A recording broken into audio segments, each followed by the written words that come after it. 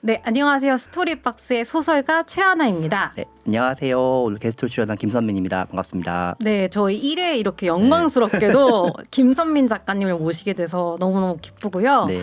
저희가 오늘은 이제 계절을 맞이해서 여름 특집으로 준비해봤습니다. 이른바 공포 특집, 호러 특집이라고 할 수 있을 것 같은데요. 네네. 첫 번째 질문부터 드리면 사실 많은 분들이 여름하면 호러를 떠올리시긴 하지만 약간 호불호가 있어요. 그렇죠, 그렇죠. 저 같은 경우에는 강력한 호인데 김선민 작가님께는 좀 어떤 느낌으로 다가가는지 궁금합니다. 그러니까 저는 어쨌든 괴이학회라고 하는 단체를 운영하니까 이제 호러 작가님들하고 같이 커뮤니티를 운영하면서 아무래도 공포 관련 얘기를 많이 하잖아요. 저는 개인적으로 취향이 공포 쪽을 좋아하긴 하나 영화를 못 봐요. 공포 영화를 못 보기 때문에 맨날 우리 작가님들하고 같이 모여가지고 뭐 이런 게 재밌다 저런 게 재밌다 말은 듣지만 거의 저는 못 보기 때문에 영상물을 볼 수 있는 거는 오컬트 쪽? 오컬트 쪽. 네, 오컬트까지는 볼 수 있는데 엄청 깜짝 놀래키거나 막 귀신이 튀어나오거나 막 너무 잔인하거나 이런 거는 못 보겠더라고요. 그러면 얼마 전에 굉장히 핫했던 살목지 같은 네네네. 작품 혹시 보실 수 있으실까요? 살목지 그래서 저도 얘기 들었거든요. 근데 살목지를 못 봤어요 결국에는. 그러셨구나. 무섭다고 그래가지고 살목지를 못 보고 내용만 좀 보고 제가 심지어 살목지 관련된 엔솔로지를 썼는데 엔솔로지를 쓰기 전에 꼭 봐야지 생각했는데 그걸 못 보겠더라고요. 근데 영상물을 못 보시는 이유가 특별히 있으실까요? 그냥 무서워가지고. 그냥 정말 단순히 무서웠고 약간 좀 슬래시한 걸 잘 못 봐요. 사람 신체 훼손하거나 막 절단하거나 막 그런 식의 내용들이 막 나오잖아요. 네. 근데 그거를 공포나 슬래셔 무비로 생각해서 볼 때는 너무 무서워서 못 보겠는데 막상 제가 이제 느와르 장르를 되게 좋아하거든요. 네. 그럴 때 나오는 건 또 보기도 하고 그래요. 그러니까 약간 연출의 어떤 차이랄까? 네. 대놓고 이제 네. 모호하게 나오느냐 네. 아니면 이제 살짝 나오느냐 맞아요. 요 차이인 것 같네요. 맞아요. 근데 저는 사실 공포 영화 완전 매니아여가지고 그러시구나. 그런 것들 엄청 찾아보고 근데 사실 슬래셔한 그런 공포 영화는 사실 좀 저도 약간 꺼리긴 하는 것 같아요. 약간 마니아층이 있어요. 맞아요. 그런 걸 좋아하시는 마니아층이. 저는 취향이 맞지 않아가지고 그런 쪽보다는 오히려 초자연적 현상이라든지 이제 오컬트라든지 요즘에 이제 나온 백룸 같은 거 그거 너무 재밌게 봤어요. 백룸. 그렇구나. 제가 사실 백룸을 아직 못 봤는데 그러셨구나. 추천을 해주셨으니까 보도록 하겠습니다. 백룸을 그 약간 공포를 느끼는 감각이 우리가 일반적으로 호러를 좋아했던 분들이 약간 좀 선호하는 거랑은 되게 다른 종류더라고요. 그래서 오히려 저희 괴이학회 작가님들 중에서 예전 호러들 우리가 이제 일반적으로 알고 있던 호러를 좋아하던 분들은 백룸을 봤을 때 약간 심심하다? 뭐가 무서운지 모르겠다? 좀 이렇게 느끼시더라고요. 그러면은 여름에 보면 너무너무 좋을 것 같은 작품을 좀 추천을 해주시면 좋을 것 같은데요. 네네네. 사실 뭐 영상물이라든지 뭐 시리즈라든지 상관없이 자유롭게 말씀을 해주시면 될 것 같습니다. 그래서 웹소설 중에서 이제 너무너무 잘 된 작품 중 하나가 괴담 출근이라고 이제 괴담에 떨어져도 출근해야 되는구나. 네, 요 백덕수 작가님 작품이 너무 재밌어요. 굉장히 대중적으로 만든 일종의 괴담류 작품을 좀 인기를 이끌어간 작품이기 때문에 만약에 아직 그 작품을 안 보신 분 계시다면 그 작품을 보시면 너무 재밌게 볼 수 있을 것 같아요. 네, 이렇게 챙겨볼 작품들이 늘어나고 있는데요. 제가 추천해드릴 작품은 샤이닝이라고 하는 걸세출, 불세출의 작품인데요. 사실은 스탠리 큐브릭 감독이 만들어서 유명해진 영화이기도 하고 스티븐 킹의 원작 소설이기도 합니다. 그래서 저 같은 경우에는 이 작품을 여름에 찾아보는 이유가요. 배경이 겨울이거든요.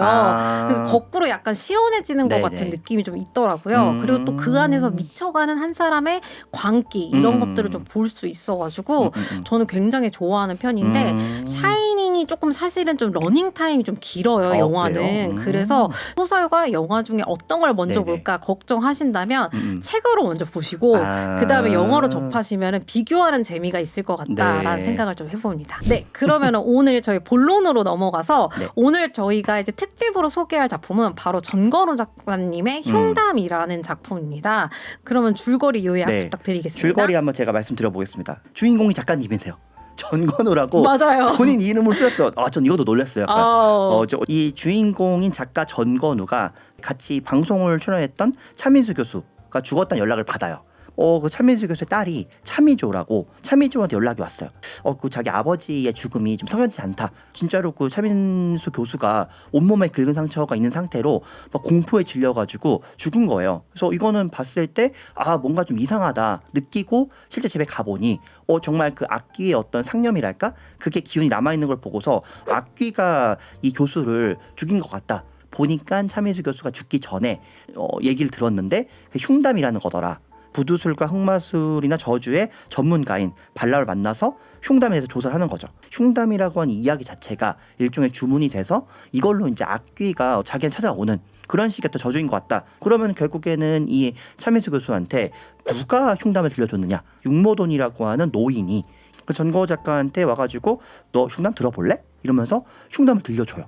흉담을 듣고도 죽지 않을 방법이 있다고 하면서 이 흉담을 똑같이 두 명한테 들려줘야 되는 거예요. 그 과정에서 이제 악귀가 어떻게 보면은 나온 근원이 육모돈에 살고 있던 도시인데 K 도시라고 나오죠. K 도시로 가서 사건을 알아봐야겠다. 그 도시 안에 있는 어떤 마을이 한국전쟁 당시에 보도연맹이라고 했던 이런 민족적 비극에 의해서 탄생한 일종의 악귀였다라는 것이 밝혀집니다.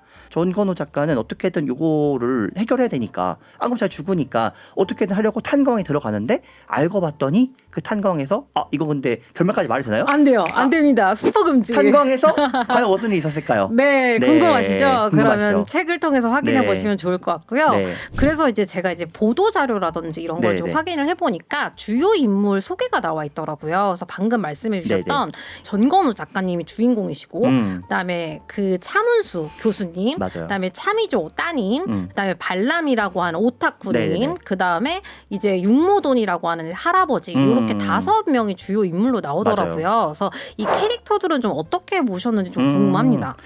되게 재밌게 봤어요. 왜냐하면은 플롯이나 이 구성 자체는 되게 미스터리 같은 느낌. 그러니까 한마디로 되게 재밌는 추리극을 보는 느낌이어가지고 전건우 작가가 이 소설 안에서 탐정 역할을 하고 차미조가 어떻게 보면은 옆에서 이제 보조 왓슨 역할인 거죠. 어떻게 보면 탐정단이 구성이 돼서 이 미스터리 사건을 추적해 나가는 과정을 좀 보는 좀 요 구성이 되게 좋아가지고 되게 흥미롭게 캐릭터들이 구성되었다. 엄청 몰입해서 봤어요. 사실 그 글 쓰시는 분들 그다음에 보시는 독자분들이 그 책을 봤을 때 주인공이 이제 작가거나 편집자일 경우에 재미가 없다 이렇게 얘기를 하시는 경우도 좀 있더라고요. 그럴 수 있죠. 그래서 저도 사실은 작가님이 글을 쓰실 때 시작하는 방법이 여러 가지가 있을 텐데 굳이 작가와 편집자를 등장시켜서 이제 시작하신 거는 굉장히 좀 결단 있는 선택이었다라는 생각도 들기는 하는데요. 맞아요. 근데 둘 다 전형적인 작가나 편집자 타입은 좀 아니었던 것 같아요. 말이 작가지 사실 탐정이에요. 하는 건 탐정이란 말이에요. 근데 작가라고 한 이유가 뭐냐면은 이 사건이 실화다라고 하는 거에 대해서 좀 더 리얼리즘을 부여했어요. 진짜 이런 일 있었어? 할 정도로 이제 몰입이 되니까 훨씬 더 이 이야기에 빠져들게 되는 거죠. 저는 그러면서 되게 영리한 캐릭터 구성이었다 생각이 좀 들더라고요. 네, 그리고 이 작품이 좀 사랑을 받았던 이유 중에 하나는 초반에 뭐라고 이제 경고가 써 있냐면 자기 전에 읽지 말 것, 그다음에 뭐 밤중에 읽지 말 것, 그다음에 읽은 다음에 소금물로 입을 헹굴 것 이렇게 되어 있으니까 으스스한 분위기를 좀 조성하는 분위기가 좀 있더라고요. 그래서 많은 분들이 이거를 딱 보면서 얼마나 무섭길래 이렇게 기대감을 가지고 보셨다는 분들이 좀 있었습니다. 저 이거 보고서 진짜 소금물로 입 헹궜어요. 왜냐하면 저는 전건우 작가님 아니까 그분이 진짜 흉담 듣고서 쓰러진 거 아니까 이거 보면서도 약간 좀 으스스한 거예요. 그래서 다 보고 나니까 약간 등골이 시려가지고 혹시 모르겠다 싶어서 입 헹구고 잤어요. 좀 무서웠어요 보면서. 솔직히 여기 있는 걸 제가 다 지키지 않았거든요. 자기 전에 보고 밤중에 보고 그다음에 소금물로 입도 안 헹궈가지고 저는 좀 약간 찝찝하긴 한데 그래도 살아있는 거 보니까 악기가 언제 올지 모르니까 대비하고 돼요. 있겠습니다. 네, 조심하셔야 됩니다. 그러면은 이제 다른 이야기 좀 넘어갈 건데요. 사실 전건우 작가님께서는 우리나라에 몇 안 되는 호러 전문 작가이시기도 하잖아요. 저는 사실 전건우 작가님 작품을 굉장히 많이 본 매니아 중에 한 명으로서 사실 흉담을 전건우 작가님의 최고의 작품으로 꼽을 것이냐라는 거에는 약간의 이견이 있어요. 저는 그래서 전건우 작가님의 작품 중에서 소용돌이라는 작품이랑 그다음에 막이라는 작품을 정말 좋아하거든요. 근데 그 두 작품의 이제 공통점을 생각을 하다 보니까 인물들이 여러 나오고 그다음에 약간의 유대 관계가 좀 형성이 되어 있더라고요. 그래서 제가 그런 작품을 좀 좋아하는 것 같은데 작가님이 보시기에 전건우 작가님의 작품들을 관통하는 특징 같은 건 뭐라고 생각하세요? 작가님은 확실히 그게 있어요. 그러니까 호러라고 하는 장르에 대한 애정?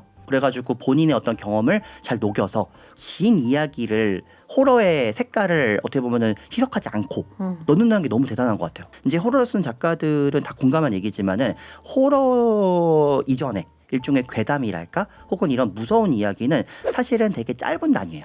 일종의 썰이란 말이에요. 그래서 짧은 단위의 이야기였을 때 무서운 내용이 사실은 괴담이에요. 근데 이 괴담을 길게 쓰는 게 어려워요. 그렇죠. 네, 그래가지고 단편 소설까지 쓰는 거는 그래도 괜찮은데 이거를 서사를 더 넣어가지고 장편까지 끌고 가는 거는 사실 되게 어려운 일이에요. 그 긴장감을 유지할 수가 없어요. 그러다 보니까는 좀 자극적인 이야기나 혹은 좀 약간 슬래시한 이야기나 이런 연출 같은 걸 통해 가지고 이야기를 늘려가거나 혹은 서사를 구성한단 말이에요. 근데 전광호 작가님은 그게 아니에요. 말 그대로 괴담이 가지고 있는 그 무서움의 근본을 희석하지 않고 이야기로 되게 녹여낸다는 면에서 저는 되게 이분은 정말 호러에 대한 애정이 깊고 이런 이야기를 만드는 기술이 뛰어나시다. 이 흉담을 읽었을 때 그 기술이 완전히 최고조에 올랐다. 네, 그래서 한마디로 물이 오른 작품이다라고 볼 수 있을 것 같습니다. 약간 요거는 제가 볼 때 영상화로 가져가면은 네, 너무 좋을 것 같은 재밌을 것 작품이라서 같아요. 네. 근데 아까 말씀드렸던 작품 중에 막이라는 작품도 약간의 오컬트적인 느낌도 좀 있으면서 맞아요. 이제 호러가 섞인 작품이거든요. 근데 그 작품도 굉장히 재미있고 흡입력이 있는데 생각보다 덜 알려져서 제가 다 아쉽더라고요. 그럴 수 있어요. 그래서 그 작품도 영상화되면 되게 좋을 것 같은데 정건우 작가님 팬들께서는 네네. 두 작품 모두 챙겨보시면 좋을 것 같습니다. 왜냐하면 전광호 작가님 초기 작품 그 밤의 이야기꾼들이었나? 네. 그 작품을 전 제일 좋아하거든요. 그 작품은 사실 이게 연작 소설이어가지고 영상화가 되기에는 좀 어려운 작품이긴 해요. 근데 그런 작품이 가지고 있는 맛과 지금 전광호 작가가 쓰시는 어떤 속도감 있고 굉장히 좀 구조적으로 영상화가 될 수 있는 일종의 스티븐 킹이 쓰는 방식으로 봤을 때는 굉장히 좀 다른 방식의 어떤 저 작가님의 어떤 스킬이 올라갔다고 해야 될까? 그러면서 좀 의미 있다고 보는 것 같아요. 그리고 이번 작품은 많은 분들이 이게 한국판 행운의 편지라고 얘기를 많이 하시는데 맞아요. 그 김선미 작가님께서도 행운의 편지 세대이신 걸로 제가 알고 그럼요. 있거든요. 그럼요. 근데 혹시 직접 행운의 네. 편지를 받아보신 적 있으세요? 받아본 적 있어요. 받아본 적 있는데 저는 그때 안 썼던 것 같아요. 지금이었으면은 되게 건버가면서 이거 어떡하지? 하면서 맞아. 써야 되나 아니면 불로 태울까? 소금을 뿌릴까? 그랬을 것 같은데 그때는 그냥 별 생각 없었던 것 같아요. 저희도 저희 집 그 우체통에 그게 꽂혀 있었는데 근데 문제는 뭐냐면 행운의 편지는 실행하기가 힘든 게 그 흉담은 2명한테 늘려주는 그렇죠, 거잖아요. 그럼 그거는 이제 오히려 좀 쉽죠. 근데 그거는 10몇 명한테 맞아요. 보내라 막 이랬던 것 같아요. 점점 늘어나요. 막 맞아요. 20명한테 보내라고도 하고 뭐. 네, 그래서 행운의 편지 한국판인 걸로 맞아요. 저희가 좀 생각을 좀 해보도록 하고요. 그래서 오늘 이제 작가님과 함께 괴담과 그다음에 흉담에 대한 이야기 나눠봤는데 혹시 저희가 빠뜨리거나 더 추가하면 좋을 이야기가 좀 있을까요? 요거 이제 웹소설 얘기도 좀 해줬어요. 네. 네, 웹소설은 이제 장르 문학도 하고 웹소설도 하기 때문에 두 가지를 왔다 갔다 하잖아요. 사실 이 작품은 웹소설로 하기에는 적합한 작품은 아닌 것 같아요. 왜냐면 네. 회차 수 때문인가요? 네, 왜냐면 웹소설은 중요한 게 뭐냐면 길어야 돼요. 웹소설은 길수록 유리한 작품이에요. 길지 않으면 수익성이 좀 떨어져요. 근데 이 작품은 솔직히 말씀드리면은 딱 요 정도 양이 좋은 것 같아요. 그 시간에 짧게 몰입할 수 있게 확 몰아붙여야지 좋은 작품이기 때문에 오히려 길어지면 재미가 떨어진달까?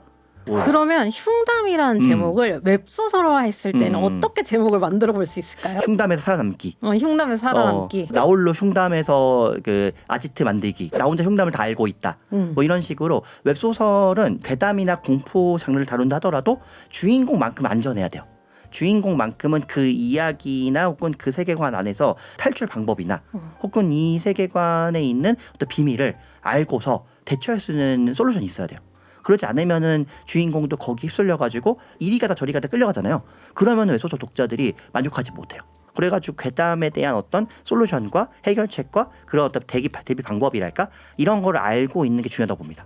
네, 그래서 이렇게 전문가분을 모셔가지고 흉담의 웹소설화까지 저희가 좀 이야기 나눠봤는데요. 어떻게 여름 특집 재밌게 들으셨는지 모르겠어요. 그래서 저희가 이제 여름에 보면 좋을 공포 영화, 공포 시리즈, 그다음에 웹소설까지 저희가 좀 이야기 나눠봤고, 그다음에 흉담이라는 작품에 대해서도 한번 저희가 같이 해석을 해봤습니다.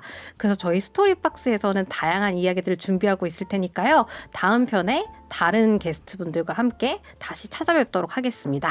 다시 만나요. 제발. 네.